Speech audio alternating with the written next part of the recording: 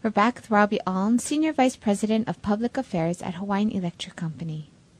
It seems like every time there's going to be change in a neighborhood, people in the community are asking, well, what are we going to get out of it? What are you going to give back to us to allow this change?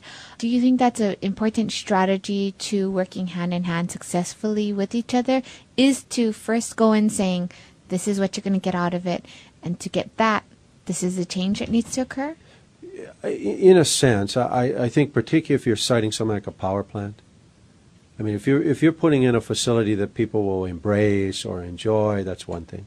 Something that's convenient to them, they may be more willing to see it there. But a power plant, industrial facilities, there are other kinds of facilities that clearly neighborhoods generally don't want or already feel, as West Oahu and Waianae do, like they already have too much of it already. So actually the community sort of gave us this protocol. The first thing is tell us before you tell anybody else. Second thing was ask our permission. For downtown company to go out there and ask permission to build a power plant. But we did that. Then understand that we can oppose you. That was sort of the third step. And then the fourth is whether we oppose you and you overcome us or we give you permission, you need to give back to the community. And fifth is the community needs to tell you what those give back should be. So that was sort of the 5 steps we walked through. And for us, in the end, it worked out very well. The community was actually very reasonable in the end, and what they wanted was appropriate to the request being made of them. And I think if you do it that way, it's just at both sides. Because that power plant benefits all of Oahu, but only one neighborhood gets to have it in its backyard. And, I understand NIMBY, and we can't resist every facility. But if you do take it in your backyard, then I think there's justice in giving you something for that kind of facility. Could you give us a little background about what you were doing before you joined Hawaiian Electric Company? I was at First Hawaiian, which I really enjoyed. I was running their trust and investments area, which is an exciting time, especially in the late 90s.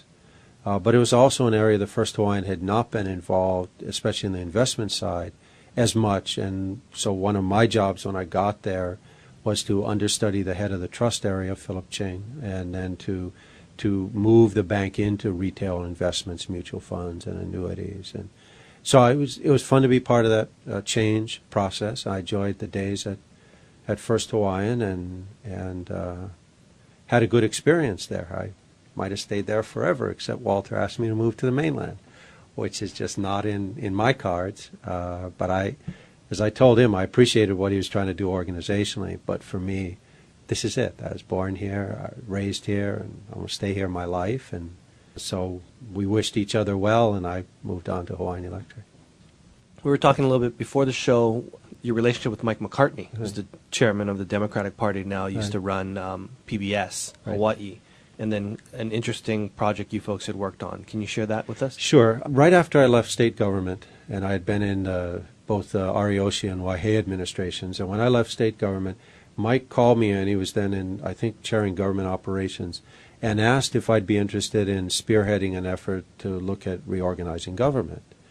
And after some persuasion, 3 of us each called 15 friends, Mike and me and a woman named Constance Hassel, sat around my living room floor, and they were from all different parties and parts of the community, business, labor.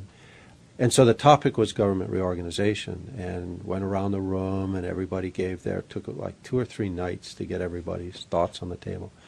At the end of it, near the end of it, a fellow named George Mason, who ran Pacific Business News, said, the real problem in Hawaii is nobody's willing to take individual responsibility. And most of us thought, oh, there's George on one of his anti-government diatribes again. And he must have seen that. And he said, no, I mean everybody. Not businesses, not labor, not government. Everybody's waiting to be rescued. They're waiting for someone else to come in and solve the problems for them. And what we need is a higher degree of individual accountability. So a bunch of us sort of told Mike, sorry, government reorg's out. Individual responsibility is what we want to talk about. So we went over a series of meetings about how we could get individuals to own up to their responsibility to make life better. And what it evolved into is a program called Live Aloha. And what we agreed was that everybody who committed themselves to the Live Aloha program would agree to do 11 acts, everyday acts of either kindness or community responsibility or caring for the land, and that if you agreed to it, you'd put a bumper sticker on your car that said Live Aloha. And you know, it's been great. I mean, that was in 1995. It's now, what, 12 years later, we have like almost 700,000 of those bumper stickers around the world. There's a card in my mailbox almost every day from someone who wants more. But the whole idea was that we wanted to pick things where you didn't have to have power, you didn't have to have money, you didn't have to have clout. It was just things that you could do every day. You know, the kindnesses of opening the door, to the one that always gets the biggest laugh is return your shopping cart, to letting people in traffic. But ultimately, one of the big ones for us was leave any place better than you find it.